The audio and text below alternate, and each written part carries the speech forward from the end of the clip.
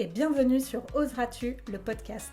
Nous sommes Manon et Sébastien. Après plusieurs années de salariat dans des domaines très différents, nous avons choisi de chambouler nos vies et de tout changer. Aujourd'hui, nous accompagnons les personnes audacieuses à exprimer cette partie d'elles-mêmes pour qu'elles osent, elles aussi, changer leur vie à leur façon. Seuls, à deux ou avec nos invités, nous allons te partager des parcours inspirants, des retours d'expérience et aussi plein d'astuces et d'idées pour t'aider à oser réaliser tes projets et vivre la vie qui t'épanouit. Tout ça dans la joie et la bonne humeur, alors installe-toi confortablement et bonne écoute. Bonjour Alison. Salut Manon. Tu vas bien? Bah oui, très bien, et toi? Super. Je suis ravie de t'accueillir aujourd'hui pour un nouvel épisode de La Parole aux Audacieux. Parce que comme les personnes commencent à savoir un petit peu, en fait, nous, ce qui nous anime dans ces interviews-là, c'est de faire découvrir des parcours un petit peu différents et qui peuvent changer de l'ordinaire. Et alors nous, Alison, on se connaît en fait par l'intermédiaire d'une amie en commun. Moi, c'était une amie de lycée qui s'appelle Audrey Ambarek-Rollin et qui est la fondatrice qui est d'un blog de voyage pour couple, en couple, qui s'appelle Refuse to Hibernate. Et on a suivi ensemble une formation qui est proposée pour créer du contenu sur Instagram. Exact. Et on a bien matché toutes les deux. Exact, on est restés en contact. On est restés en contact parce que ça date un petit peu ça maintenant. Ça doit faire 2 ans, je crois. Ouais. Déjà, je pense. Je sais pas, ça passe vite, mais bon, c'était au moins 2 ans. Et du coup, donc toi, pour te présenter un petit peu, tu es photographe professionnelle et tu es aussi créatrice de contenu. Et tu as aussi un blog de voyage que tu fais avec ton conjoint Franck, qui s'appelle Les Oiseaux Voyageurs. Exactement. Je vais te laisser te présenter un petit peu avec tes mots pour ceux qui ne te connaîtraient pas. Et puis pour avoir une bonjour première... à tous, bonjour à tous les auditeurs. Manon, merci de m'avoir invitée.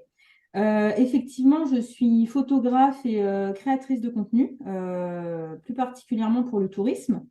J'ai un blog voyage qui s'appelle Les Oiseaux Voyageurs, comme tu l'as si bien dit, dans lequel en fait on partage tous nos voyages, que ce soit des road trips ou des petits week-ends, des petits séjours, de manière vraiment naturelle et authentique, c'est-à-dire que on dit les choses qu'on aime, on dit les choses qu'on n'aime pas, enfin voilà tout ça.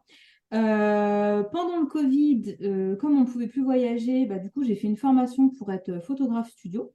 Donc j'ai mon studio aussi dans le 95, studio donc pour des shootings portraits, femmes enceintes, famille, etc. Donc voilà, créatrice de contenu et photographe. Tu fais aussi des mariages Oui, je fais aussi des mariages. dans le cadre du studio, ouais. du coup.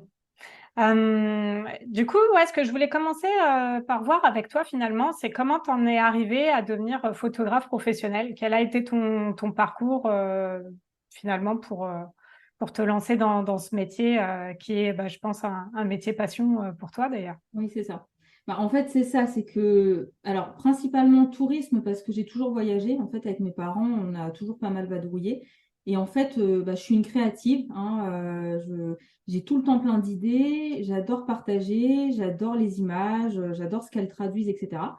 Et donc, j'ai toujours pris des photos. Et j'ai pas du tout un parcours photographique, mais à force de travail et d'années, j'en ai fait mon métier. Je me suis formée toute seule parce que j'ai pas du tout de formation de photographe, mais j'ai toujours pris des photos. Ah d'accord, je savais pas. Tu as fait quoi toi comme étude? Alors j'ai un BTS communication des entreprises et une licence en langue étrangère appliquée, anglais, espagnol, chinois. D'accord. Mais je me rappelle plus du chinois. L'espagnol c'est moyen, alors le chinois on va pas aller trop loin non plus. Et en fait, c'est toujours quand même, le BTS communication des entreprises, c'est toujours dans la créativité, le marketing et la com. Donc, ça m'a quand même beaucoup aidé, par exemple, à comment faire un site internet, etc. Enfin, connaître un peu tout ça, même si ça date et que ça a beaucoup évolué.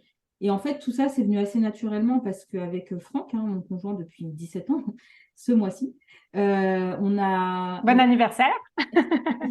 On a toujours voyagé, je lui ai transmis un petit peu le virus et au départ, on a créé les Oiseaux Voyageurs vraiment à titre récréatif. On n'avait même pas de réseaux sociaux ni rien. On a créé le blog, on balançait un peu les infos comme ça. Voilà, c'était pas des infos forcément très utiles au départ, c'était plus des carnets de voyage, mémoires de voyage. Et on voyageait tellement qu'en fait, notre entourage et même un peu l'entourage de cet entourage-là est venu à nous demander des infos, des conseils, on va là, qu'est-ce qu'on peut faire et tout. Et du coup, j'ai compris qu'on pouvait en faire un métier. Donc en fait, j'ai d'abord créé le blog des oiseaux voyageurs et ensuite, je me suis mise sur les réseaux sociaux. C'est un peu l'inverse de ce qui se fait normalement. D'accord. Et au départ, vraiment, enfin, on n'y connaissait pas grand-chose non plus en tout ce qui est référencement, SEO et tout. Donc, en fait, on a fait des formations et on s'est formé sur tout ce qu'englobe la création de contenu digital. D'accord. Voilà. C'était en quelle année que vous avez créé les oiseaux voyageurs? Sérieusement ou parce que du coup, Euh, la première partie, la- c'était plus pour nous-mêmes, tu vois, Oui, on va dire peut-être 5 ans. d'accord. Mais disons que le site, c'était un peu, comme je te dis, des mémoires de voyage, c'était un peu une coquille vide, dans le sens où on écrivait les choses. J'ai toujours aimé écrire, lire et tout. Donc pareil, ça s'embrique bien avec le reste, tu vois, ça s'emboîte bien. Mais par contre, on n'avait pas de notion de SEO, de référencement. Donc si tu Hmm. veux, c'était vide en fait. Il y avait peu de chances que les gens tombent dessus, qu'ils soient vraiment utiles dans un référencement Google et tout. Donc voilà. Et après, vraiment sérieusement, on va dire 3 ans là. Enfin, c'est venu assez progressivement. Disons que avant j'avais mon boulot, j'ai changé, enfin j'ai quitté justement pour me mettre à temps plein là-dessus. D'accord. Et comme c'est quelque chose qui est quand même très chronophage et qui demande beaucoup de temps, avoir un boulot à côté, être salarié, puis pouvoir développer ça, c'était impossible, vraiment. Hmm. Oui, ça, tu vois, par exemple, c'est vrai qu'on a eu l'occasion d'échanger, mais j'avais pas le souvenir que que t'avais un travail dans le salariat Mm. jusqu'à finalement assez récemment. Ouais, bah, on va Que dire C'était, avant Covid, comme tout passe vite depuis, on va dire oui, ouais, peut-être ouais, 4 ans quoi. d'accord, Ouais, 3 4 ans. En fait, on va dire que j'ai vraiment lancé ça sérieusement en mars, l'année du Covid. Donc, d'accord, c'est un repère. Donc, c'est peut-être 3 ans. ok. Mm. Et du coup, là, quand vous avez créé les oiseaux voyageurs, d'ailleurs, je voudrais revenir sur une anecdote, c'est le nom. Pourquoi les oiseaux voyageurs? Alors, la réponse à chaud comme ça, naturellement, c'est parce que pigeon voyageur, c'était pas beau. Et qu'en fait, on nous a appelé beaucoup les oiseaux les pigeons voyageurs, tu vois, mais notre entourage, hein, toujours pareil, hein. Et du coup, bah, voilà, on s'est dit, bah, les oiseaux voyageurs, c'est beaucoup plus chantant que les pigeons voyageurs. C'est clair. Voilà. Et comme on nous disait qu'on était il y avait aussi ça, on nous disait qu'on était des drôles d'oiseaux. Tu sais, c'est une expression. Mhm. Je sais pas si c'est Mhm. moderne encore maintenant, mais les drôles d'oiseaux, et bah voilà, c'est venu comme ça. Et aussi, un peu dans la foulée, on est allé au Brésil et on a vu des toucans de près. Et les toucans, c'est vraiment magnifique, majestueux, très coloré. Et donc, ça allait aussi ensemble. Et c'est pour ça que le logo, c'est un toucan. D'accord. Voilà. Pour la petite histoire. Parce que j'avais lu ça, c'était dans ta présentation, je crois, sur Instagram où tu Ouais, avais parlé, tu avais évoqué pour les pigeons voyageurs et je trouvais ça ouais. tellement rigolo que je voulais l'entendre de ta voix ici. Bon, tu valides les oiseaux plutôt que les pigeons, non? Je valide complètement. Mais ça va. Et du coup, ouais, ce que je voulais voir avec toi aussi, c'est que, donc tu vois, ça, j'ignorais complètement que finalement, t'avais pas un parcours avec des études dans la photographie, t'avais pas non plus finalement, t'étais pas destiné finalement à tenir à temps plein finalement les oiseaux voyageurs et puis ton studio photo. Tout ça, ça s'est fait assez progressivement. Quelles ont été les étapes de développement finalement? Parce que maintenant, enfin, peut-être que tu peux donner quelques chiffres, mais c'est un gros blog et vous êtes quand même assez présent sur les réseaux sociaux. Enfin, c'est quand même maintenant un projet d'ampleur, si je peux dire ça comme ça. Ouais, ça grossit, quoi, du moins. Mm. Euh, C'est quoi le début de la question? Ben, c'était quelles ont été les Ah étapes oui, finalement parce bah, qu'au début déjà, de j'ai ce petit quitté mon projet. boulot Mm, parce qu'en fait, je m'ennuyais. Bon, comme je mm, te dis, enfin, voilà, j'ai le cerveau qui tourne en permanence, je suis active, j'ai des idées tout le temps et c'est vrai que je m'ennuyais un peu dans mon boulot. Et comme en fait, bah, j'aime créer, j'aime photographier, j'aime écrire, bah, en fait, tout ça, c'était naturel. Sauf que dans mon parcours, j'ai un parcours, disons, une éducation classique où en fait, on suit un peu les chemins classiques, tu mm. vois. Tout ce qui est création de contenu, c'est quand même des nouveaux métiers. Les Ben réseaux oui. Mm. sociaux, c'est des nouveaux métiers. La photographie, bah, c'est pas un nouveau métier, mais voilà, c'est des métiers d'art, etc. Donc, c'est pas forcément les choses auxquelles on t'oriente, et même mes parents, en fait, hein, c'est pas des choses que mes parents sont pas familiers avec ce genre de métier du tout. à l'école, à mon époque, hein, parce que j'ai 36 ou 37 ans, je pense 37 ans à la fin de l'année. Je sais plus si c'est 36 ou 37, mais voilà. On Euh, compte plus à partir d'un on moment. compte plus à partir de 35. Mais du coup, tu vois, à cette époque-là, en fait, ces métiers-là, c'est des métiers qui n'existent pas ou qui sont très méconnus. Tu vois, Mm. toi, on te dit, bah, faut être professeur, faut être pompier. Enfin, c'est un peu bateau ce que je dis, mais c'est un peu ça. Donc, du Mm. coup, il y avait une méconnaissance de tout ça. Et finalement, quand je suis rentrée dans la com, etc., bon, c'était un peu les prémices aussi des réseaux sociaux avec Facebook à l'université. Facebook venait de sortir pour le réseau interuniversité aux États-Unis au moment où moi j'étais à la fac. Donc, du D'accord. coup, voilà, j'ai connu ça comme ça. Puis après, il y a tous les autres qui sont venus. Et je me suis dit, bah voilà, j'adore la photo, j'adore écrire, j'ai une mémoire qui est quand même hors norme. J'ai besoin de déverser tout ce que je retiens aussi. Donc, en fait, le blog, c'est vraiment un bon moyen et un moyen quand même, tu sais, enfin, intellectuel aussi, tu vois, de tout déverser et de tout coupler. Donc, c'est un Mm. peu ça mon chemin, en fait. D'accord. Mais c'est vrai que j'ai pas mis un mot sur tout ça tout de suite, hein. Ça fait pas si longtemps en fait que j'arrive à me dire bah oui, j'aime ça, c'est des passions, j'adore. Je suis obsessionnelle, je suis perfectionniste et tout peut se mettre dans un seul, tu vois, Mm. disons dans un métier en fait, même s'il faut Quelque être part, un stylo quatre couleurs. c'est c'est presque une création de métier sur mesure en fonction de toi, ce qui t'a tiré. Ouais, c'est un peu ça. Alors, les supports existent déjà, hein, les réseaux et tout ça, mais c'est vrai que Mm. bah, quand moi, j'étais suffisamment construite et avec du recul aussi en tant que salariée pendant des années, bah, je me suis dit, voilà, j'ai besoin que mon cerveau soit occupé, j'ai besoin de déverser tout ce que je retiens. J'adore partager, j'adore aussi me dire que bah, ça va être utile, que les gens vont trouver des infos, que tu vois, voilà. Et puis, je trouve un peu aussi dommage, en fait, tu vois, quand on voit les voyageurs ou les touristes qui prennent plein de photos, puis finalement, ça reste dans un portable ou quoi, Mm. puis ils ressortent plus, les albums photos, ça se fait plus tellement. Enfin, tu vois, c'est plutôt maintenant digital. Et donc, je trouve que c'est sympa, en fait, de dire, bon, tu prends les photos parce que tu adores faire la photo, mais en fait, tu as envie de la partager derrière pour montrer avec ton Mm. œil ce que tu as vu et pour dire, bah, tiens, voilà, bah, pour inspirer, en fait. Mm. Donc, voilà. Comment, alors là, c'est vraiment la question de la novice du domaine, là, comment on gagne de l'argent avec un blog de voyage? Comment ça marche? Est-ce que l'essentiel vient finalement des collaborations que tu fais? Est-ce qu'il y a d'autres sources de revenus que je connais pas? Enfin, comment ça fonctionne en fait? C'est un combat déjà. C'est un combat parce que enfin, il y a beaucoup de monde qui fait ça, hein. Mm. Enfin, chacun sa façon, chacun sa qualité et tout. Mais du coup, oui, en fait, c'est pas uniquement le blog, c'est un peu global, tu vois. C'est via la photo, via les articles de blog et via, entre guillemets, l'influence sur les réseaux sociaux. Ils appellent ça influence, moi j'aime pas parce que je me considère pas comme influenceuse. Franchement, Mm. voilà, il y a une petite part d'influence, mais c'est pas un truc volontaire où je vais pousser, c'est je vais montrer, j'aime, je vais pas montrer parce que j'aime pas, tu vois, ou je le Mm. dirai. Mais du coup, c'est ouais, c'est bah, faire des reportages bah, pour les acteurs du tourisme, hein, qui sont divers Mm. et variés. C'est aussi bah, vendre ses photos pour bah, des sites internet en lien avec le tourisme, même du print, hein, tu vois, c'est ça. C'est aussi de la pure, donc du coup on revient au mot influence, mais c'est plutôt, disons, de la création de contenu sur les réseaux, donc par exemple des réels ou des carousels, etc. Donc c'est comme ça qu'on gagne sa vie. C'est un combat parce qu'on est quand même nombreux. Les réseaux sociaux ne nous donnent pas forcément aujourd'hui énormément de visibilité. Donc, il faut vraiment réussir à se démarquer. Et pour moi, le blog, c'est pas un support que tout le monde a. C'est pas un support que tout le monde est capable d'avoir non plus, hein. C'est quelque chose qui demande beaucoup de travail, beaucoup de compréhension, beaucoup de patience. Et c'est quelque chose que moi, j'essaye de mettre en avant par exemple, je démarche ou qu'on vient nous voir. Voilà, le blog aujourd'hui, le SEO, on l'a remis à jour, on a fait un audit de référencement, on a tout repris. Aujourd'hui, on est, voilà, les stats du blog augmentent, mais ça ne se fait pas en un jour. Mm. Ouais, ça Euh, prend du temps. ah ouais, et puis tu sais jamais d'apprendre en fait. Mm. Ouais. Ça, c'est quelque chose qui te plaît, je pense, d'être sans cesse dans un processus d'apprentissage. Ouais.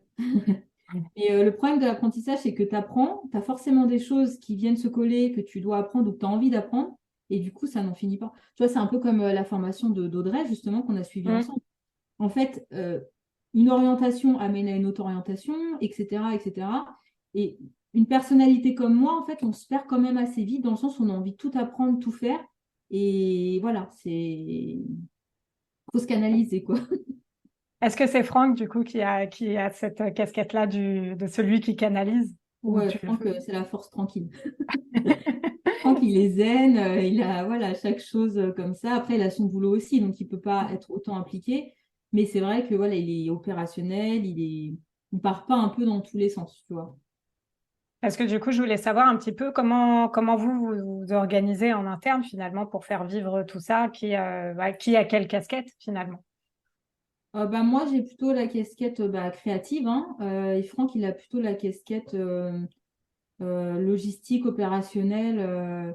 Et puis, quand il y a des problèmes sur le blog qui, moi, m'énervent en 2 secondes, bah, lui, il va te mettre 1 heure et il va régler le problème, tu vois. D'accord. Moi, je vais lui dire, ça fait 2 heures que j'essaye de régler le problème, j'y arrive pas. En vrai, ça fait 10 minutes. Et puis, lui, voilà, il est patient. Ah, avant qu'on parle plus précisément de ton travail au sein du studio photo, je voulais savoir un petit peu, du coup, toi, à quoi ressemblent finalement tes semaines type un petit peu? Parce que comme tu as plusieurs métiers finalement, je pense qu'on peut dire ça comme ça, entre Mm. le photographe, la photographie en studio, les mariages et puis tous les reportages plus voyages. Mm. Ça ressemble à quoi ta vie? J'ai Notion. Et en réalité, c'est un peu au feeling en fait. C'est vrai que quand j'ai des grosses semaines, je les prépare vraiment. Sinon, toutes mes matinées, elles commencent par le CrossFit. Ça, c'est à 8 heures, c'est le sport. Et disons que la journée, elle commence vraiment vers 10 heures, 10 heures, 10 heures et demie. Après, j'essaye de me mettre une restriction aussi et d'arrêter parce que tu sais, quand on est à son compte, on travaille même le week-end, on travaille tout le Hmm, temps. Et par exemple, nous, quand on est régulièrement en voyage, on va nous dire qu'on est tout le temps en vacances, ce qui est complètement faux. En fait, hmm. en voyage, on arrive à profiter, mais c'est un minimum quand même parce que du coup, on a des comptes à rendre, on a de la création à faire, on a des choses à penser en permanence, au jour le jour, tu vois. Donc, en fait, voilà, je fais selon les périodes, quand c'est plus calme sur le studio, et c'est parfait parce que c'est impossible en fait de mettre la même intensité à la fois sur les reportages avec les oiseaux et à la fois sur le studio. Donc tu vois, en ce moment, le studio c'est un peu plus calme. Du coup, je mets des choses à jour, enfin voilà, je démarche parce que démarcher c'est tout le temps. Voilà. Quand tu dis tu démarches, c'est vis-à-vis de professionnels du tourisme plutôt Ouais, là? Ouais. ouais, Où ouais, tu ouais. envoies finalement ce que vous faites, Un kit média. un kit média, Mm. d'accord. Un kit média avec quelques infos sur nous et puis après les statistiques et puis un portfolio avec des photos et les liens vers tous les supports, quoi. Depuis la réouverture là des frontières et la fin du Covid, vous avez eu beaucoup de voyages? Cette année, on a eu pas mal, presque tous les mois quasiment. Ça s'est calmé un peu cet été, mais presque tous les mois. Et en fait, bon, on a aussi démarché beaucoup en France parce que donc on sait que depuis le Covid, la façon de voyager a changé. Les Hmm. gens cherchent des choses un peu plus proches, hein. Déjà aussi, il y a une dynamique écologique, mais aussi une dynamique de prix parce que c'est très cher de voyager.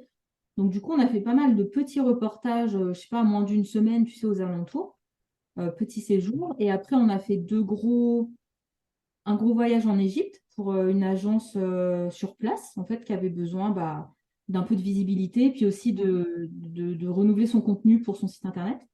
Là, on revient d'Irlande et on repart bientôt quelque part. Si tu as lu ma bio, tu dois savoir.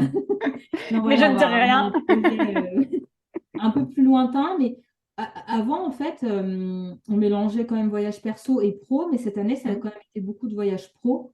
On sent que la dynamique, elle a changé, tu vois. Et c'est ça que je voulais dire aussi, je pense que c'est important. En fait, pour moi, c'est assez difficile de changer d'état d'esprit, de passer de passion à métier, tu vois. Hmm. Le curseur, il est difficile à placer parce que avant, c'était une passion, on partageait ça naturellement, sauf qu'aujourd'hui, c'est un moyen de gagner ma vie, notre vie. Hmm. Et du coup, voilà, moi, j'ai encore un peu de mal à placer le curseur par rapport à ça, tu vois. Comment tu le ressens maintenant?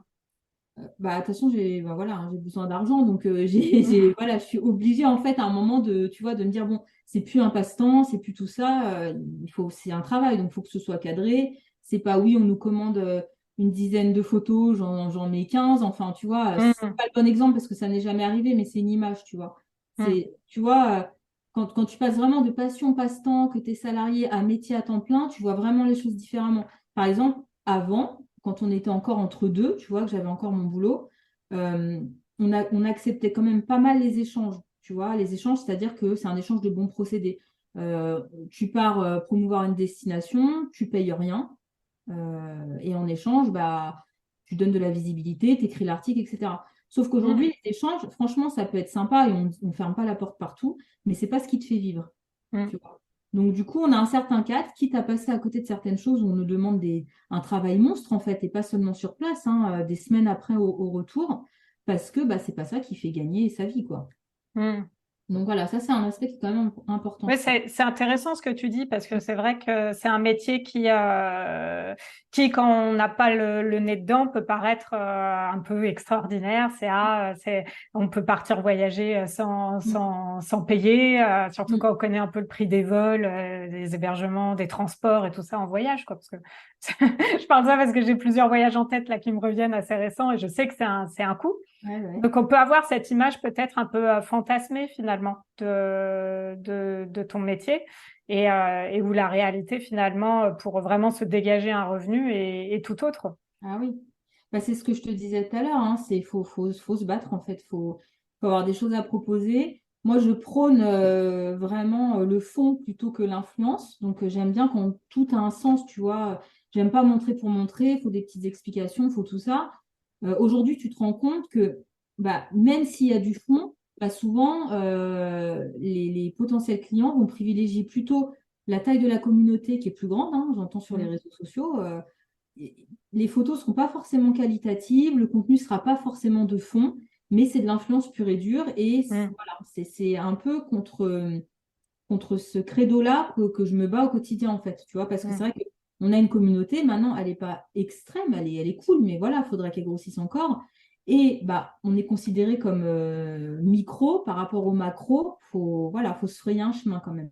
Et Mm. effectivement, ce que les gens ne se rendent pas compte, c'est qu'en fait, c'est du travail, quand on est en reportage comme ça, on a un planning. Donc du coup, c'est du matin, tu te lèves, hein, comme tout le monde, mais en fait, c'est du matin au soir parce que tu fais ta journée, tu as différentes choses qui sont prévues, donc déjà le rythme il est intense. Enfin, voilà, même si c'est à toi de dire c'est faisable ou pas faisable, hein, parce que c'est des échanges avec les clients, mais au final le rythme il est quand même intense. Mm. Derrière, il faut penser toi au contenu que tu vas créer, au contenu que tu dois livrer, les idées de script, de scénario, de machin. Le soir ou même en voiture, moi je fais ça souvent en voiture, je charge dans l'ordinateur quand on va à un point A à un point B. Je vois déjà un peu les photos, je fais des retouches rapides, et voilà. Donc en fait, ça ne s'arrête jamais. Le soir, après, je suis perfectionniste, j'aime bien être rapide aussi. Tu vois, maintenant, certains clients sont aussi OK pour que tu partages ton voyage au retour. Mm. Pour l'instant, je ne le fais pas parce que j'aime bien quand il y a une notion de spontanéité, qu'on est sur place et qu'on montre sur place. Tu vois, je trouve Mm. ça cool. Mais c'est vrai que voilà, les clients se rendent bien compte aussi que c'est énormément de boulot et on peut aussi, tu vois, pas forcément montrer en temps réel. Mais sinon, c'est non-stop du matin au soir. Mm. Mm. Donc, Et en fait, généralement ça peut être sur des passionnant. périodes assez courtes en fait finalement. Bah, ça dépend, hein. Tu vois, ça dépend. Là, en Irlande, on est resté 5 jours, donc ouais, c'est quand même assez court. Après, il y a beaucoup de boulot derrière parce que Mm. bah, tu vois, il y a les réels à monter selon la commande, il y a un article à écrire. Ça dépend. Et du Ah, coup, ces réels-là, je me disais, ça arrive sur votre compte des oiseaux voyageurs ou il y a des choses qui vont sur les comptes des personnes qui vous ont engagé? bah, tu sais, pareil, ça dépend. Il n'y a pas forcément de règles. Il peut y avoir une commande où, en gros, ils te commandent 3 réels, tu fais les réels, tu les montes, tu fais la colorimétrie et tout, tu les livres. Et après, voilà, hein, tu leur vends, ils font ce qu'ils veulent. Ou alors, bah là, par exemple, l'Irlande, on avait une commande de 3 réels, donc on les a fait tout ça et on les a mis en collaboration. On les a fait valider, ils sont OK, et puis du coup, on les a mis en collaboration de manière à optimiser aussi la visibilité qui est Mm. très compliquée sur Instagram, par exemple. Donc du coup, on Mm. mutualise un peu les communautés pour qu'il y ait une meilleure visibilité. Donc ça, c'est Ouais. assez cool. Mm. D'accord. Et là, on parlait aussi du fait que c'était assez intense et tu parlais tout à l'heure de toutes tes matinées qui commencent par le CrossFit. Est-ce que Mm. tu peux me parler un petit peu de l'importance du sport et de ta santé physique finalement pour toi et aussi Mm. pour le métier que tu fais? Ouais. Bah, Parce le que vous faites cross. beaucoup de rando, hein, c'est pour ça que je dis ça, des Ouais. trucs assez intenses même, hein. Ouais, bah après, je pense que c'est sûr que ça joue en rando. Après, le CrossFit, je me pose même pas la question. En fait, pour moi, c'est normal. Je vais à ma... Ça fait des années que je fais du sport. C'est une routine où, tu vois, quand on me dit t'es courageuse, c'est pas vraiment du courage parce que c'est normal. Tu vois, c'est comme toi, tu te lèves le matin pour aller au boulot, bah moi, je vais au CrossFit. Euh, Par contre, pour la santé, disons, physique, ça c'est indéniable, hein. Mais pour la santé mentale aussi, c'est important parce que du coup, la journée, elle commence par voir du monde. Enfin, ma journée commence, je vois du monde, j'ai un échange, je me mets en jambe, etc. Parce que quand tu es à ton compte, bah, tu es chez toi. Déjà, tu n'as personne quasiment qui te comprend parce que le métier, bah, tout le monde ne le comprend pas, tout le monde ne le connaît pas vraiment. En plus, bah, tu dois être stylo 4 couleurs entre le blog, la compta, l'administratif, le côté commercial, le côté com, et tu es tout seul à faire tout ça, tu vois. Et Mm. si tu as un problème, bah, tu n'as pas de référent. Tu vois, quand tu es salarié, tu as un problème informatique, tu fais quoi? Tu appelles ton service informatique. Mm. Tu as un problème sur un dossier ou quoi, bah, tu appelles ta chef. Enfin, j'en sais rien, tu vois, t'es là Oui. tout seul et parfois c'est quand même difficile en fait, même de trouver bah, la motive. Des fois, tu te dis, enfin, c'est dur d'être tout seul. Donc en Mm. fait, le CrossFit pour moi, déjà, voilà, c'est une habitude normale, mais en plus, mentalement, je trouve ça cool parce que ma journée, elle commence, je vois du monde, c'est toujours un peu les mêmes personnes. Ça fait monter les endorphines et du coup, je trouve que bah, ça fait bien commencer la journée, quoi. Ouais, c'est vrai. Il y a vraiment cette question d'habitude parce que là, moi, bah, tu sais, en ce moment, je me suis remis un peu à la course à La pied. course, ouais. Et pour le coup, pour l'instant, quand bah, je vais courir, c'est en généralement le matin, mais du coup, souvent l'après-midi, j'ai un petit coup de barre, quoi. Bah oui, moi aussi, hein. C'est, je pense que à force, ça rentre bien. Et puis, bah, je pense que la fatigue se limite, mais les jours de cours, je sais qu'après, Oui, donc je me après, dis, dis ton donc, corps, si il j'avais s'habitue. ça tous les matins, ouais, il y a Ouais. une question Il y a une question d'habitude. d'habitude. Après, tu sais, là, ça implique de se lever à 6h30 quand même pour partir à Mm. 7h30 pour être à la boxe au cross, enfin, la salle de CrossFit à 8h. Donc, je te dis pas que là, j'essaie de faire 3 jours ou 4 d'affilée. Bon, c'est quand même difficile. Et puis, bah, tu vois, on a échangé par mail tout à l'heure. À 13h, j'ai un coup de barre, hein. Ça demande de l'énergie, donc Tu, forcément, tu te couches à quelle heure pour te lever à cette heure-là le matin? oh, bah, pas tard. En général, à 21h30, il commence à faiblir. Il n'y a plus personne. Puis à 22h, je suis dans la chambre, une petite grand-mère, tu vois. D'accord, enfin, petite grand-mère. Non, Oui, mais mais va dire pas plus tard que 23h30, quoi. Mais Hmm, je sens qu'à 21h30, je peux largement dormir, hein. d'accord. Après, je résiste, hein, mais. Tu prouves que tu existes. Pardon. Ouais, waouh! Ouais, la référence, là, non. C'est une des chansons que j'aime bien voir ça quand je cours, justement. Comme les drôles d'oiseaux, non? C'est une référence Les un drôles peu d'oiseaux. old school. Tu Ah, bah sais. oui, oui, bah là, c'est France Gall, ouais. Mm. Et du coup, tu me disais que t'as choisi bah, pendant la période de Covid, comme bah, forcément vous pouviez plus voyager, à ce moment-là de faire une formation pour ouvrir ton studio, c'est ça? Ouais. Ça s'est fait comment? C'est quoi comme type de formation? Alors, à la base, pendant le Covid, donc tu te souviens, toutes les boutiques étaient fermées, etc. Mais elles avaient le Oui, droit de faire du click and collect. C'est ça, oui. c'est démocratisé. Et en fait, j'ai une copine qui a une boutique de vêtements et du coup qui était en galère et qui m'a proposé de prendre des photos de ses nouvelles tenues parce qu'il y a un moment Mm. où tout était bloqué, mais il y a un moment où ils ont assoupli quand même. Et du coup, elle pouvait s'approvisionner et elle n'avait pas de site internet, hein, c'est une boutique indépendante. Et du coup, toutes les semaines, on shootait en fait sur elle ses nouvelles tenues. Puis ensuite, elle les mettait sur les réseaux sociaux, puis les Mm. gens pouvaient réserver. Et donc, bah, ça a bien fonctionné. Les gens, elle avait que des bons retours sur les photos. Du coup, j'ai fait une petite carte, puis elle a un peu donné mon contact et tout. Et un jour, j'ai eu une demande pour un shooting photo-portrait. Mm. Je me suis dit, bon, bah, je sais me débrouiller en photo, je vais le faire, quoi. Et en fait, ça a commencé comme ça. C'est une dame qui voulait un shooting photo-portrait. J'avais pas de matos, hein. Elle est même venue à la maison. On avait un éclairage, on avait acheté des lampes, voilà. Je devrais pas le dire parce que si jamais elle voit l'interview, Oh, l'essentiel, c'est qu'elle était satisfaite du résultat. ouais. Après, peu importe les conditions. Ouais, ouais, ouais. Mais c'est un peu comme ça en fait. Ça a quand même pris, elle avait quand même une bonne visibilité, une bonne clientèle, et c'est un peu comme ça.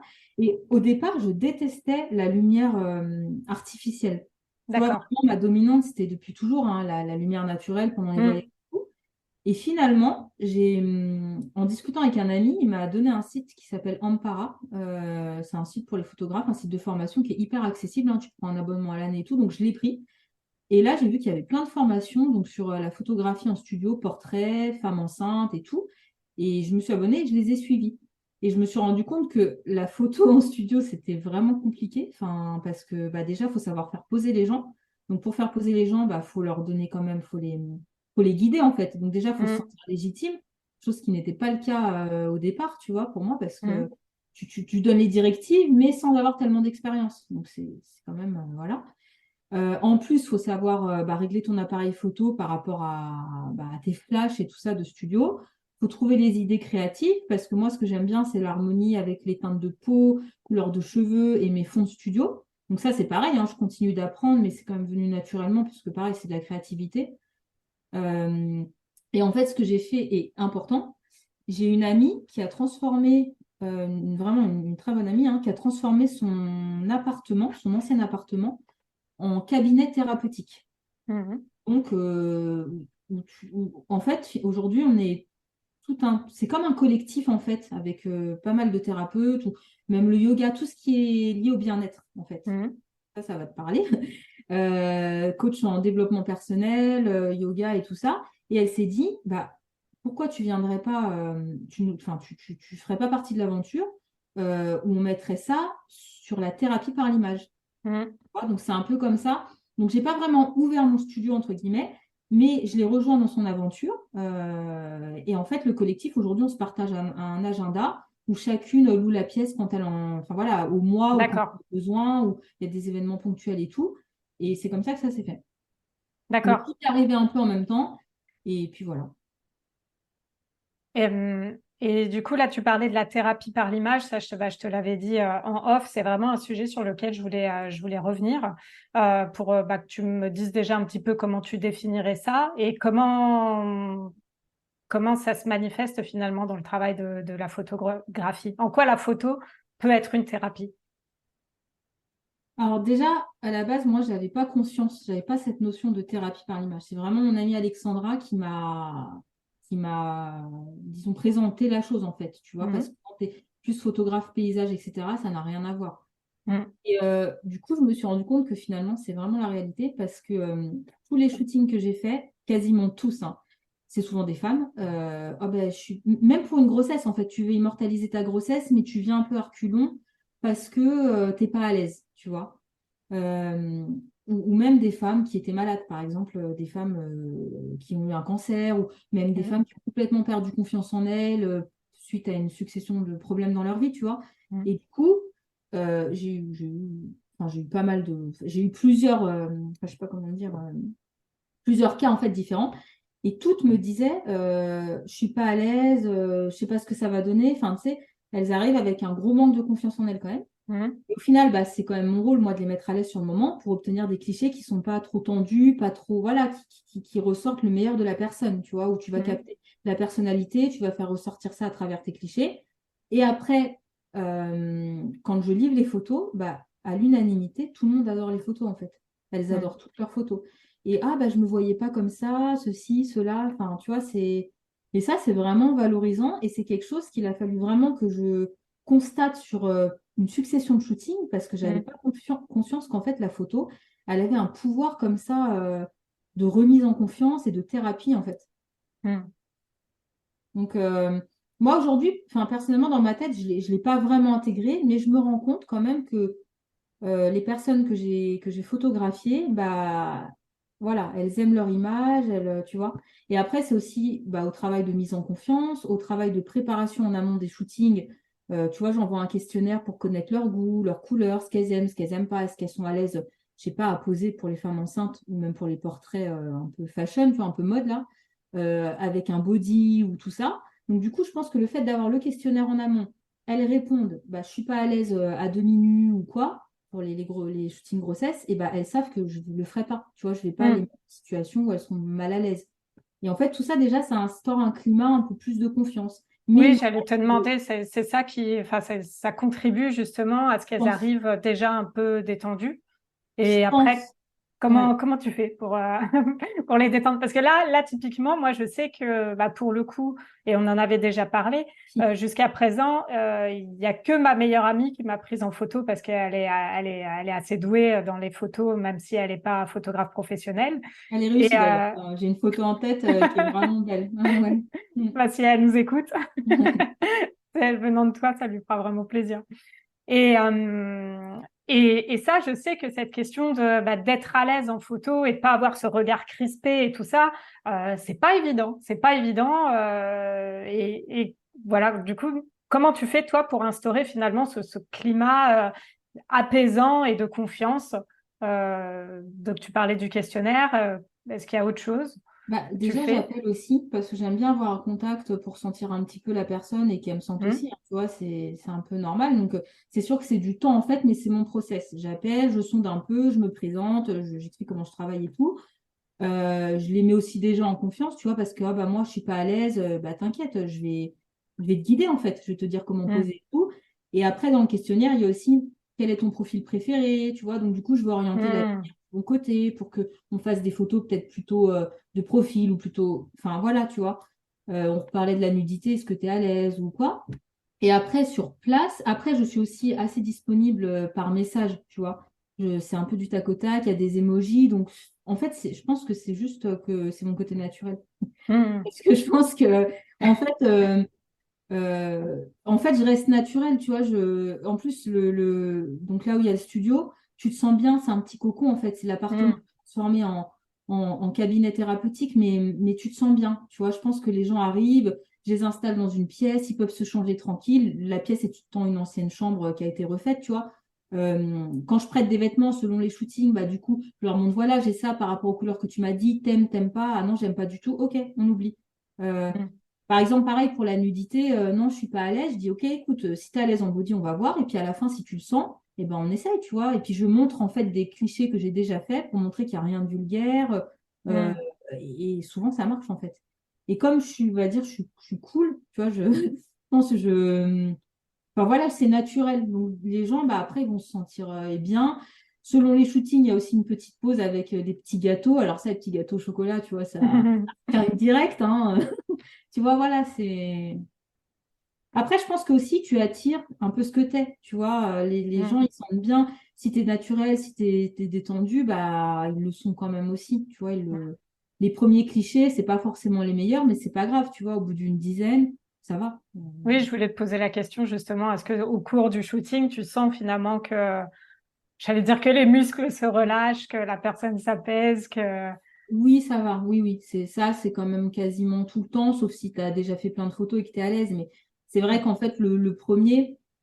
C'est souvent aussi, je prends plus les femmes enceintes parce que c'est plus les femmes enceintes que j'ai. Euh, En fait, la première scène, elle est avec le papa. Donc déjà, Hmm. ils sont deux. Tu sais, tu leur fais des poses voilà, de couple un peu sensuelles, un peu rapprochées. Donc voilà, ils sont un peu dans leur cocon. Et ça, déjà, ça aide pas mal. Et après, bah, on Hmm. passe à la maman, la femme enceinte seule. Et elle est déjà un peu plus détendue, tu vois. Ça me fait penser à quelque chose bah, quand on parlait de cette de l'image de nous et de ce que ça permet finalement de faire, c'est-à-dire nous dire ah, c'est quand même moi là, de nous gonfler un petit peu bah, finalement la confiance en soi et l'estime qu'on peut avoir de nous-mêmes. Moi, là, je vais partager un truc. Je sais pas si d'autres personnes ont déjà ressenti ça, mais moi, je me suis déjà sentie en compète avec des belles photos de moi, dans le sens où je me suis déjà dit si je partage une photo de moi où je suis vraiment à mon top derrière, il faut que je sois ce top-là, sinon on va se dire que en vrai, elle est pas si ouf, tu vois. Ouais. C'est genre, mais ce genre de réflexion que j'ai pu avoir, bah, notamment, je pense dans la photo dont tu parles, où là où moi je me suis posé la question de est-ce que je la mettais et tout, parce que je considère que c'est vraiment une photo qui me met vraiment en avant. Et ouais, ça veut savoir si tu avais déjà eu quelqu'un qui t'avait dit ça, si toi tu avais déjà ressenti ça, ou si vraiment là-dessus je suis un peu spéciale. Mais la compète par rapport à soi, quoi. Ouais, c'est rigolo comme concept. Mais après, moi, je l'aurais pas tourné comme ça, mais je le comprends. Dans le sens où, bah, bon, des fois, en fait, quand il y a une photo qui est quand même pas mal de moi, mais où il y a des petites imperfections, des trucs, bah, je vais me les retirer, ce que je fais Mm. jamais normalement. Et du coup, bah, c'est ce que tu vois, je me dis, bah voilà, cette photo-là, je vais la partager. On va dire, ouais, les yeux, les trucs, tout est. Voilà. Bon, il y a quelques retouches, enfin, pas non plus ouf, hein, mais voilà, les petits trucs. Mais en fait, je me dis derrière, je me dis, mais au final, ce qu'on pense de moi, déjà, je m'en fous. Et en plus, j'ai passé l'âge, en fait. Tu vois, ça, je trouve, voilà, quand t'es ado, quand t'as 20, 25, au bout d'un moment. Et je me dis, mais on sait tous, notamment les femmes, que quand on se lève le matin, on n'a pas la même que 2 heures après quand on est prête, tu vois. Donc, c'est Mm. utopique, ça, tu vois. Et puis, même les top modèles, tu dis, les top modèles sur les magazines, elles sont ultra retouchées, ultra maquillées, tu vois, la perfection n'existe pas. Mm. Euh, c'est vrai que des fois, tu sais, même nous, on va prendre un magazine où on va voir une star au naturel. Tu vois, on va dire, wow, comme elle est vilaine. Mais en fait, elle est juste normale. Enfin, elle se lève, elle est au naturel ou elle est à la plage, elle n'a pas besoin d'être Mm. tirée par 4 épingles. Et en fait, quand on est au top, c'est vraiment c'est des situations ponctuelles, tu vois. Mm. Mais c'est bon signe parce qu'on sait qu'on peut être au top quand même, tu vois. Oui, c'est vrai, c'est vrai. Ah ouais, Ça me fait aussi cet effet-là. Et justement, ouais, la photo, je trouve qu'elle a vraiment ce pouvoir-là de se dire, bah, et à tout âge et à tout moment de sa vie. Et peu ouais, importe ce qu'on peut traverser, que ce soit, bah, j'allais dire traverser, c'est un peu dur, mais que ce soit d'être enceinte parce qu'il y a une transformation du corps, ouais, de traverser une maladie ou quoi. Je trouve que un cliché bien fait euh, peut sublimer, peu importe ce qu'on traverse. ouais, ouais, ouais, je suis d'accord. Et même si c'est un cliché et que dans ton quotidien, tu ne seras pas forcément apprêté, Mm, maquillé avec la bonne lumière et tout, bah finalement, c'est quand même toi. Enfin, tu mm. vois, je t'ai pas transformé en fait. Donc, et c'est vrai Et qu'il y a déjà eu des personnes qui me disent, oh, je me voyais pas comme ça. Tu vois, et ça, c'est assez drôle, quoi. Mm. ouais, il y a une espèce de choc finalement, de Ouais, pouvoir ouais, se ouais, redécouvrir, quoi. ouais. Mm. Je voulais te demander, c'est quoi selon toi les qualités à avoir pour être une bonne photographe de portrait, justement? Euh, bah, je pense qu'il faut, enfin, tu sais, beaucoup d'humanité. Parce que du coup, faut être à l'écoute, faut faire preuve d'empathie, faut être observateur aussi, tu vois, justement, pour voir bah, si la personne est à l'aise, si elle n'est pas, si tu es à côté, si, tu vois. Bon, faut être créatif, hein, mais ça, c'est pour le côté. En fait, il y a plusieurs côtés. Il y a le côté humain. Je pense qu'en fait, un bon photographe, il doit être humain. Si t'es pas humain à la base, je pense que c'est compliqué. Parce que c'est comme ça que tu vas faire ressortir la personnalité, les émotions, que tu vas répondre à la personne, enfin que tu vas répondre à la demande de la personne, tu vois, que tu vas pas être à côté, et aussi que tu vas la mettre à l'aise et le contact, tu vois, moi j'aime bien rester en contact avec les personnes. Euh, Mm. Toutes, hein, que ce soit du portrait ou des femmes enceintes, quand le bébé naît et tout, j'adore. Et aussi, il faut être créatif parce que finalement, tu vois, j'ai des toiles de fond, différentes toiles de fond, mais elles vont pas forcément à tout le monde, tu vois. Les peaux un peu, les peaux métissées, bah, le marron doré, c'est super beau, ça ressort bien. Voilà, faut créativité et humanité, je pense. D'accord. Ouais. Et pour toute cette question des couleurs, tu t'es formé pour l'écolométrie ou c'est quelque chose qui est plus intuitif finalement pour toi? Bah, j'achète beaucoup de fringues.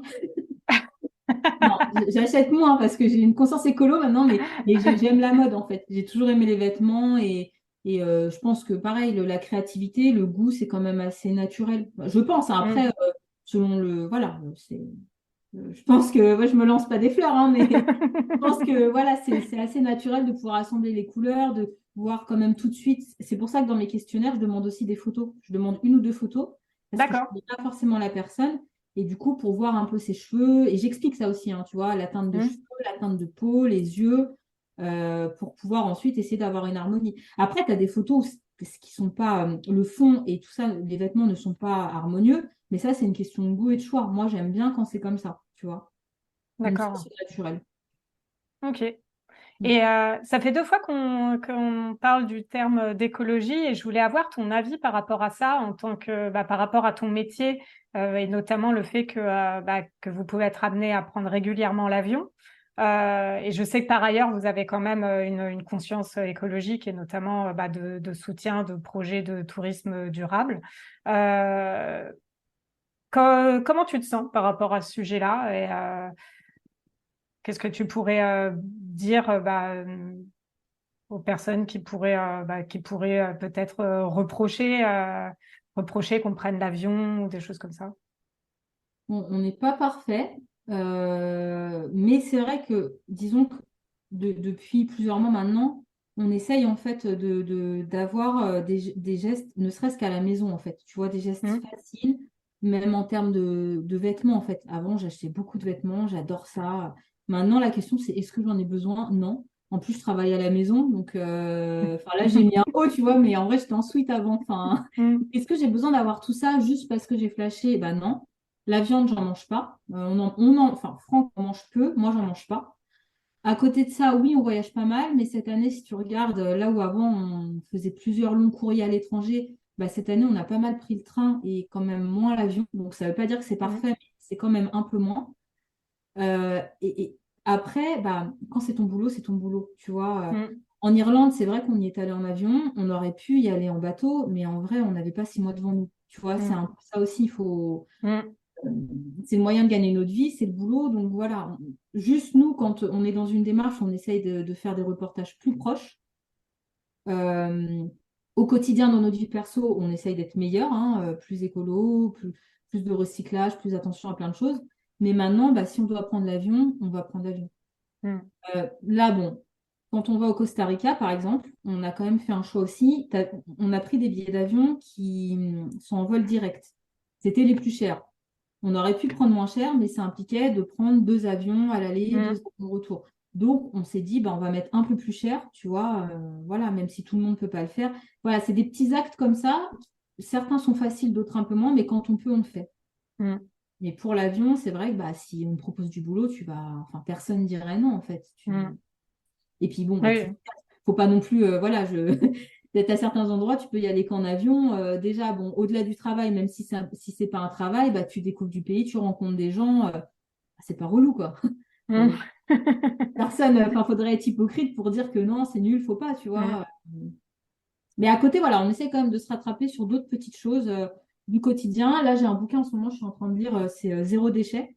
Donc, Hmm. c'est tout le processus, c'est très intéressant pour essayer encore de mettre dans mon quotidien plus de petites choses. Ouais, t'as un En peu ma... place. Ouais, D'accord. voilà. Je voulais te demander aussi, comme tu as eu l'occasion de voyager beaucoup, est-ce que tu pourrais me dire, est-ce que tu as une destination qui t'a marqué dans le lot? À ton avis? Tu vas Ça me dire commence par un l'Islande? I. Ouais, tu vas me dire l'Islande. Ah oui, mais l'Islande, Parle-nous un peu de ton amour pour l'Islande. ah bah, mon amour, il est inconditionnel. Non, l'Islande, enfin, faut y aller pour comprendre ce que ça provoque. En fait, déjà, bon, c'est une île 100%, enfin, ouais, 100% volcanique, donc 99%, mais en gros, il n'y a pas d'autre endroit sur Terre comme ça. Donc, quand tu aimes le volcanisme, bah voilà, tu es dans ton terrain de jeu. Et en plus, en fait, quand tu foules les terres islandaises, en fait, il y a un sentiment de liberté que j'ai pas retrouvé ailleurs. Déjà, c'est peu peuplé. Il y a plus de moutons que d'habitants, donc t'es pas les uns sur les autres, tu respires, l'air il est cool, les grands espaces, la nature partout, les cascades, c'est varié. Tu as à la fois les éléments volcaniques, la glace, le feu. Enfin, pour moi, c'est une destination qui regroupe vraiment tout ce que j'aime. Peu de monde aussi, tu vois, l'aspect vraiment serein et tout ça. Puis ils ont une histoire, voilà, ils ont une histoire qui est assez cool avec les Vikings et tout ça. Mm. Donc, puis en termes après, d'un point de vue photographe, tu reviens d'un voyage en Islande, tu as fait 5000 photos. Enfin, tu vois, c'est un terrain de jeu vraiment Mm. exceptionnel. Et puis chaque saison a vraiment son point fort. Par exemple, là, en ce moment, c'est les aurores boréales. Enfin, apparemment, il y a 18 mois là, qui vont être hyper intenses en termes d'aurores boréales en Islande. Donc, j'ai envoyé un message à Franck, j'ai fait un screenshot du truc pour qu'il m'édite un peu. Après, bah, à l'arrivée vers le mois d'avril, tu as tous les oiseaux, les macareux, etc. Bah, là, tu as une nouvelle ère volcanique sur un endroit en Islande en particulier. Donc, bah, c'est amené à péter assez régulièrement. Mm. Donc, voilà, je Oui, trouve j'ai vu les photos que vous aviez fait ça d'une éruption volcanique. C'est ouais, majestueux, hein. fou, hein. Ouais, c'est fou. Mm. Donc, ouais, l'Islande. C'est vraiment ta destination de Ouais, cœur. qu'il fait pas trop chaud. Ça, j'aime bien, moi, quand il fait pas trop chaud. Donc C'est c'est vrai pas... que même l'été, enfin, nous, on y était allés au mois de juin il y a quelques années. C'est C'était vrai qu'on cool, hein, avait l'été. la petite polaire, ouais. Ah Ouais, oui, tu oui. vois. Ouais. Mm. Mm. Sébastien y est allé aussi une fois en hiver, donc lui, il connaît deux saisons. Toi, laquelle saison tu préfères d'ailleurs, si tu devais choisir? Est-ce que c'est possible de choisir? Euh, alors, on va dire juin, j'aime bien, tu vois, l'été, parce qu'en fait, les hautes terres sont ouvertes et accessibles, donc Oui. tu peux aller faire Mm. des randos et voir des paysages vraiment irréels. Après, j'ai bien aimé aussi le début de l'hiver, le mois de novembre, parce qu'en fait, il y a une atmosphère, c'est comme tout est figé, en fait. Tu as une Mm. atmosphère particulière, tu as la neige qui est là, tu as la glace, et puis tu as les lumières polaires. C'est vraiment très beau, en fait. Les lumières polaires, t'as une douceur, en fait, magnifique, si tu as beau temps, hein. Sinon, c'est gris, mais donc c'est. Et après, bon, l'hiver, c'est sûr qu'après, il faut pouvoir tolérer le manque de lumière Oui, sur j'allais te l'écran. demander en hiver, il fait jour combien d'heures à peu Bah, près? ça, c'est pas tous les mois pareil, mais nous, en novembre, genre vers 10h, 10h30, il faisait jour. Puis vers Mhm. 15h, ça commençait à se coucher, tu vois. D'accord. Je sais plus exactement les horaires, mais c'est pire après en décembre, janvier. Enfin, il y a des mois critiques hein, où ils n'ont pas beaucoup d'ensoleillement. Parce qu'à Enfin, contrario, justement, pour ceux qui connaîtraient pas, alors, au mois de juin, en l'occurrence, il y a quasiment pas de nuit. Et ça, c'est incroyable aussi parce que ouais, je me souviens on était en voiture à 3 heures du matin et ouais, on voit une baisse d'intensité de ouais, la luminosité. Donc, on sait que c'est pas, voilà, qu'il n'est pas 15 heures de l'après-midi, mais ouais, c'est perturbant la première fois ouais, c'est qu'on vit perturbant. ça. Mm. Moi, c'est le seul endroit où j'ai connu ça, hein, pour l'instant, parce que j'ai pas eu l'occasion de voyager dans d'autres destinations nordiques. Ouais. Et c'est vrai que c'est assez frappant. C'est Bah, un c'est univers. sympa, mais c'est quand même un kiff Mm, parce que du coup, tu te dis mm. que tes journées, elles peuvent durer. Tu vois, bah, nous aussi, hein, comme tu dis, à 3 heures Mm, du matin, nous, on revenait du volcan, je sais pas, vers 2 heures du matin la fois dernière. mm, Tu vois, c'est sûr, le soleil, il passe l'horizon, puis il remonte tout de suite. Donc, je vois un peu ce que mm, tu dis, la baisse de luminosité, où tu as l'impression que tu es entre deux, mais finalement, la nuit, elle vient jamais, en fait. Donc, mm. ouais, c'est sympa. Du coup, le petit conseil, c'est de bien apporter un cache-yeux. Parce qu'en plus de mémoire, il n'y avait pas de volets, il y avait des rideaux, non? Je sais plus comment c'est dans les habitations. Tu t'en souviens? Ouais, il n'y a pas de volet. Donc ça, c'est le cache-yeux, c'est le conseil de Franck qu'on a besoin, mais pour moi, j'ai pas Toi, besoin. tu t'en fous.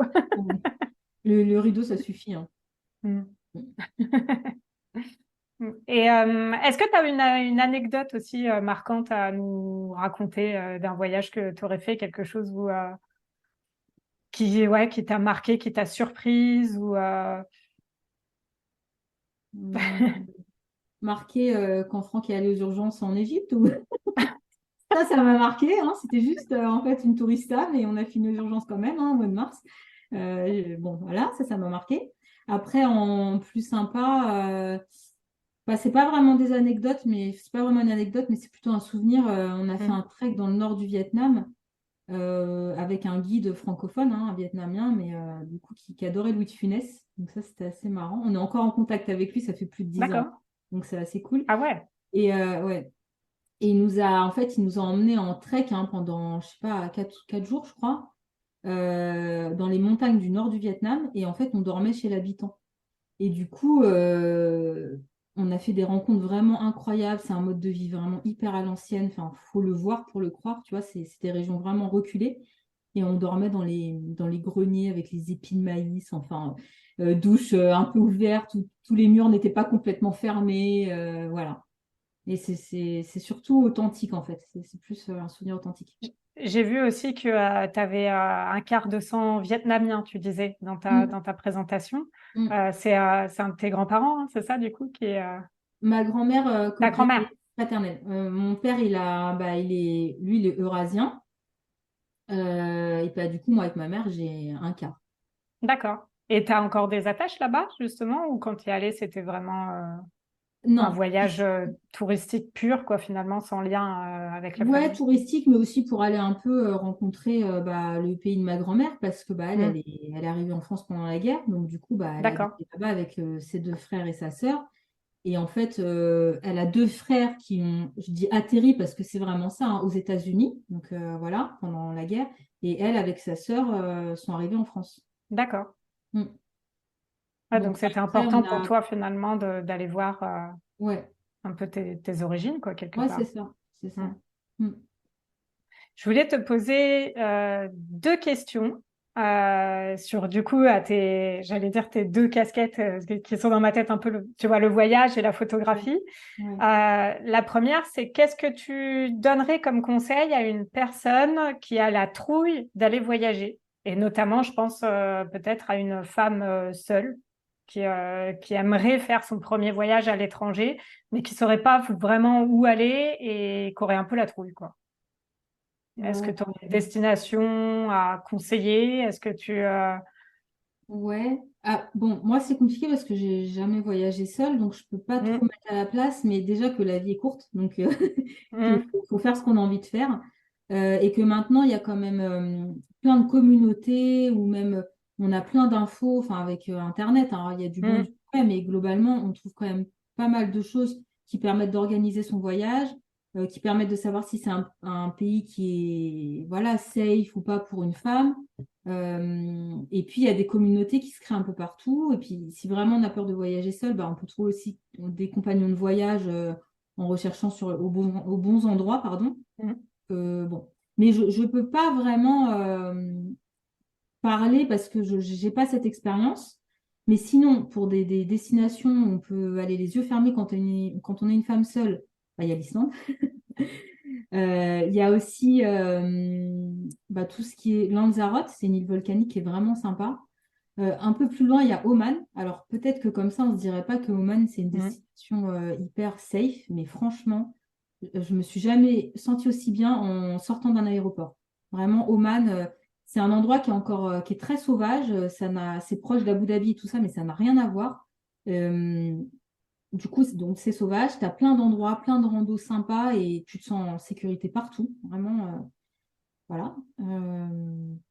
Voilà, je j'ai pas trop d'autres idées, hein, tous les pays classiques, tu vois. Après, Oui, mais justement, c'est intéressant d'avoir ton point de vue parce que là, tu parles d'un pays où je pense qu'effectivement, on penserait pas de prime abord.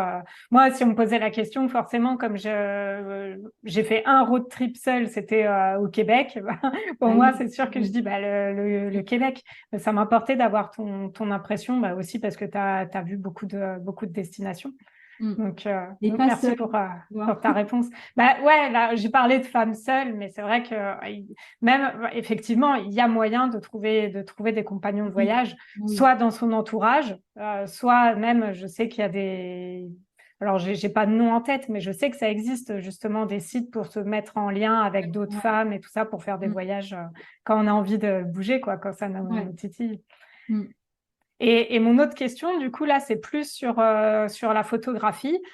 Si on a des personnes qui nous écoutent et qui sont, comme toi, passionnées de photos, et qui, comme toi, ont finalement suivi une voie assez classique et sont actuellement dans le salariat et tout, mais que ça, c'est pareil, elles ont toujours dans un coin de leur tête cette envie de faire de la photographie un métier. Là, quel conseil tu pourrais donner justement à toi qui as déjà fait ce chemin finalement? Bah, le conseil, disons sécurité, c'est de faire une formation, par exemple, avec ces heures de formation en fait que tu acquiers quand tu es en entreprise. Ça, c'est quand même pas mal. Après, le site que je te donnais tout à l'heure, Ampara, Hmm. il est vraiment bien parce que tu as plein de thématiques, que ce soit sur la retouche photo, sur comprendre le matériel, se lancer, tout ça. Il est vraiment bien fait. Moi, je l'ai fait, mais ensuite, j'ai fait des formations physiques avec des professionnels, tu vois, notamment pour la Hmm. grossesse, pour avoir un diplôme, mais c'est quand même une bonne base. Et ensuite, c'est une très bonne base même. Et ensuite, bah, pratiquer tout le temps parce que c'est quelque chose, tout ce qui est photo studio, les réglages. Là, tu parlais de studio ou plutôt en général? En général, mais, Ah, en studios, général. c'est intéressant, ouais, ce que tu disais. Poursuis, et Ouais. après tu Bah, du pourras coup, élargir. pratiquer tout le temps pour le studio en Ouais. particulier, pour la photo en particulier, déjà pratiquer parce qu'un boîtier, c'est compliqué à comprendre. Tu Hmm. vois, on achète un boîtier qui est qualitatif, on reste en mode automatique, ça n'a aucun sens et puis tu Hmm. n'exploites pas ton truc, tu vois. Même encore aujourd'hui, hein, il y a plein de choses que j'exploite pas sur le boîtier. Donc en fait, c'est pareil, c'est quelque chose que tu apprends tout le temps en pratiquant, mais pas en pratiquant 3 fois par an quand tu pars pendant les congés scolaires, tu vois, parce que ça s'oublie quand même assez facilement. Donc, plus tu pratiques, plus ça devient instinctif et là, tu l'oublies plus. Et pour le studio, moi, ce que j'ai fait au départ, c'est que j'ai fait des appels en fait à modèles. Tu vois, alors certes, tu donnes de ton temps, certes, tu gagnes pas d'argent, mais tu gagnes en compétences, tu gagnes en aisance et tout ça. Donc ça, pour moi, c'est un peu comme les échanges en fait au départ quand tu fais des reportages sur les Mhm. voyageurs. C'est un passage qui est indispensable pour avoir des choses à montrer et pour t'entraîner. Mhm.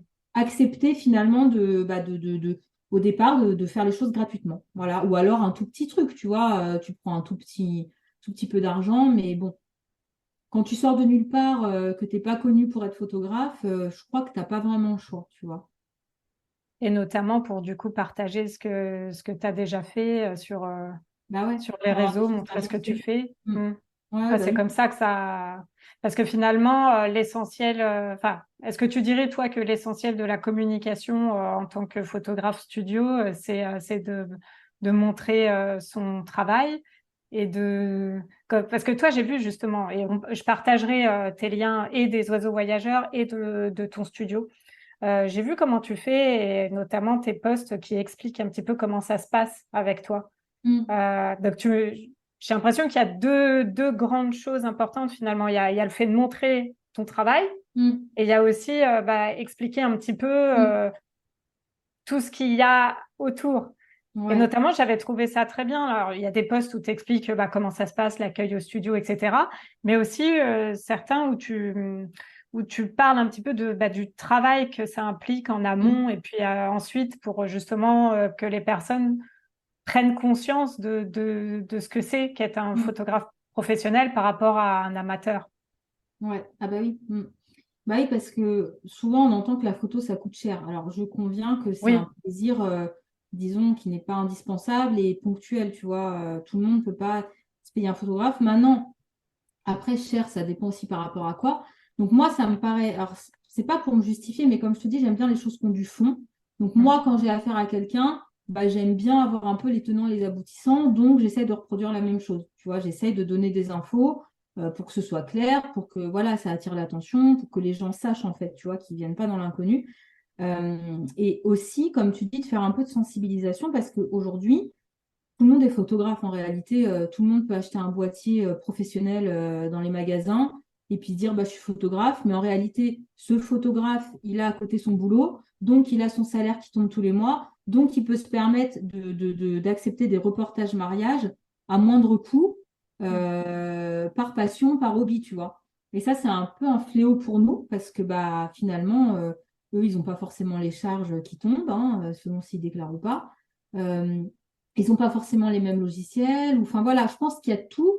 Mais aujourd'hui, il y a aussi beaucoup de personnes qui se disent photographes, mais qui en réalité ont leur métier et Mm. ça par passion. Et nous, par définition, le photographe, c'est celui qui gagne sa vie par la photo, tu vois. Mm. Donc c'est important aussi de sensibiliser à ça et aussi du coup de montrer tout ce qu'il y a dans notre métier, tu vois, comme Mm. j'avais mis avec un iceberg, tu vois, la partie Mm. visible et invisible, quoi. Mm. C'est ça ta question? Ouais, Ouais. et je pensais aussi, du coup, ça me rappelle quelque chose auquel j'ai pensé quand j'ai préparé cette interview. C'était tu disais, bah oui, c'est la photographie, c'est pas quelque chose qu'on achète ouais tous les 4 matins parce Mm, qu'effectivement ça a un coût et tout. Mais c'était sur le fait de parler que la photographie, c'est le moyen de capter des moments importants de mm, nos vies. mm, Ça, c'est mm. quelque chose que j'ai lu aussi sur ton Ouais. compte et je voulais que tu m'en parles un petit peu de cette importance finalement de capter des moments de vie et de qu'est-ce que ça apporte finalement aux personnes. Notamment si on prend l'exemple des shootings grossesse. Ouais. Déjà, le shooting en lui-même, pour moi, j'essaie de le faire vivre comme une expérience, tu vois, à travers tout le Mhm. travail en amont et le moment sur place, hein, où c'est cool, où c'est pas l'usine, t'arrives et puis après c'est au suivant. Ouais. Voilà, je prends le temps parce que j'aime bien prendre le temps aussi. Et après, je trouve ça quand même sympa parce que tu vois, théoriquement, tu te maries qu'une fois. Donc, Mhm. donc, tu vois, en fait, un mariage, ça réunit tous les gens que t'aimes hein, dans le schéma classique du mariage. Donc, c'est important de capter ce moment-là, de capter les émotions des gens selon les différents moments du mariage. Sur le shooting, donc ça c'est reportage mariage ou reportage enterrement de vie de jeune fille et tout, ça marche aussi, hein. Donc capter les émotions, j'adore ça. Parce qu'après, je me mets aussi à la place des... Quand je fais ma retouche, quand je traite mes photos et tout, je me mets à la place des personnes et je me dis, waouh, tu vois, ils vont kiffer en fait, parce que tu vois l'émotion, tu vois, ça transperce, tu vois, l'écran. Donc ça, je trouve ça sympa. Après, pareil, la grossesse, bon, tu peux avoir 1, 2, 3, 4 enfants, mais tu vois, c'est pas quelque chose qui va se faire tout au long de ta vie, qui va revenir de manière récurrente. Donc, je trouve ça important d'immortaliser ça. Et aussi, les courbes de grossesse, c'est pareil, c'est quelque chose qui est beau à mettre en valeur. Donc, j'aime bien mettre ça en valeur et que, enfin, j'aime bien être un peu la gardienne des souvenirs des gens aussi, tu vois. C'est ce que j'avais mis à un moment, j'aime bien. Qu'est-ce que tu entends du coup par gardienne des souvenirs? En fait, j'aime bien l'idée qu'on me fasse confiance pour immortaliser, en fait, un moment qui va pas se représenter ou pas, ou tu vois, pas, voilà, un moment un peu unique, quoi. Une fois, on m'avait posé la question de, tu sais, si ta maison brûle, qu'est-ce que tu prends avant de partir? Mm. Et, euh, et j'avais réfléchi et je m'étais dit, mais finalement, à part les albums photos, d'autant plus on n'a plus les négatifs, les trucs comme ça, tu vois. Si ça c'est perdu, quelque part c'est tout un, Ouais. j'allais dire tout un pan de notre vie qui est perdu. Alors je vais pas, je vais pas non plus Non, mais je vois ce que dramatiser tu veux parce qu'on a dire. ce qu'on a dans la tête, mais c'est vrai que je trouve ça assez rare finalement les objets précieux, mais vraiment précieux, pas Ouais, précieux en termes d'argent, tu vois, mais plutôt en termes d'importance que ça peut avoir dans notre cœur, quoi, ouais, finalement. dans Et notre parcours, en fait. ouais, c'est ça. Et je Mm. trouve que vraiment la photo en fait partie. Et ça me Ouais. fait penser, du coup, on va reparler de ma meilleure amie, là, dont on parlait au début.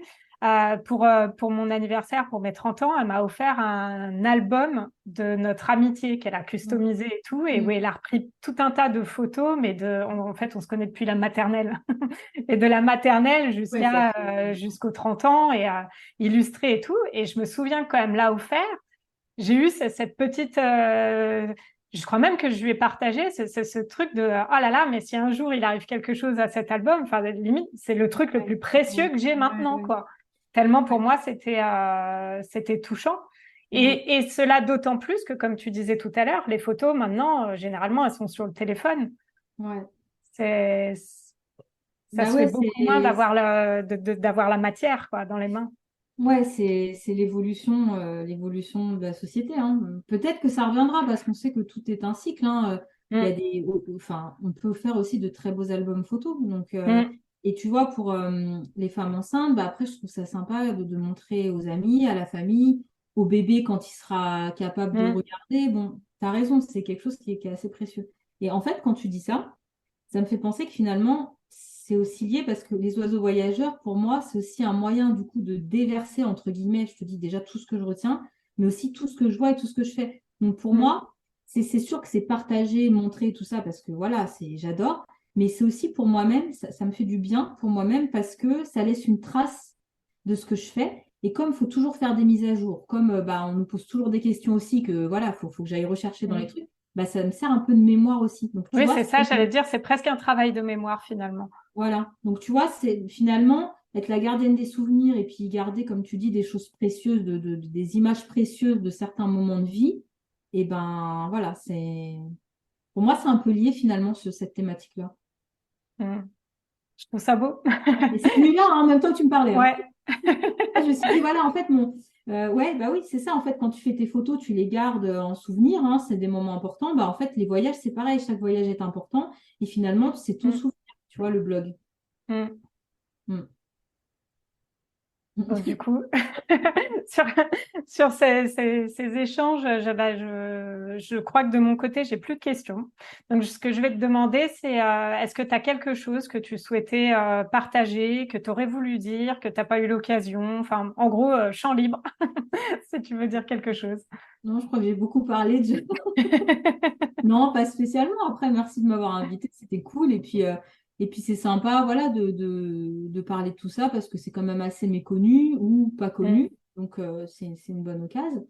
Et puis voilà, je pense que quand je dis la vie est courte, c'est sûr que c'est une phrase un peu bateau, mais c'est un peu la réalité en fait. Tu vois, c'est sûr qu'on ne peut pas se lancer pied dedans, faire tout ce qu'on a envie de faire.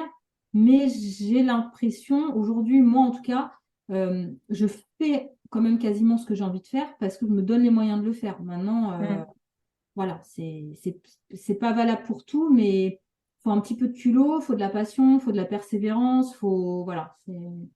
Moi, c'est mes ingrédients en tout cas. Mm. Et c'est bien que tu les donnes comme ça va donner envie de se bouger les fesses. Ouais. Bah, tant mieux, hein. En tout cas, ouais, merci beaucoup, Alison, déjà d'avoir accepté mon invitation et puis d'avoir parlé à cœur ouvert de ton métier, de ton quotidien. Et puis, je pense que ça va encore beaucoup intéresser. Je suis vraiment très, très fière de mes invités, en fait. Je suis très, très contente d'avoir eu l'occasion de te donner la parole. Comme je te disais, de toute façon, je vais partager tous tes liens pour qu'on puisse te suivre et te retrouver. Ouais, c'est cool. Sachant que go, allez-y parce que les photos c'est juste mais magnifique, magnifique. Moi à chaque fois je suis ébahie devant, devant vos photos sur le compte. Je pense notamment au Macareux en Islande. Mm. J'avais adoré un réel que vous aviez fait sur ça. Enfin bref. Mm. Et puis c'est tout le temps comme ça. Hein. C'est C'est super beau gentil. et Ce qu'on ça vous fait a du pas bien. dit, c'est que Manon, c'est ma commerciale. Et tout à l'heure tu me feras un petit chèque. Ouais, c'est ça. Fais-moi la facture, hein. Non, mais c'est gentil, Et merci. En tout cas, c'est vraiment, ça fait du bien, en fait. C'est un conte qui fait du bien, c'est un conte qui fait voyager et c'est un conte qui est, enfin, c'est beau. C'est Ouais, c'est beau gentil. et je trouve que régulièrement, on manque un peu de beau et ça fait des bons rappels, surtout sur les réseaux sociaux. Je trouve que, Ouais, ça ouais. dépend ce qu'on suit, mais en tout cas, quand je vois passer vos images, ça apporte quelque chose qui fait du bien, quoi. Bah, Donc, c'est gentil. continuez, continuez. À retenir pour l'hiver, parce que l'hiver, on a besoin d'images qui font du bien. Oui, c'est clair. Ouais. Donc, un grand merci en tout cas pour nos auditeurs et auditrices là, qui nous auront écoutés jusqu'au bout. Merci encore, Alison. Et puis, de toute façon, on se retrouve très bientôt pour une prochaine interview. Donc, surtout, abonnez-vous pour ne pas louper la prochaine. Et merci encore pour votre soutien. Bye bye. Salut, Alison. Bye bye.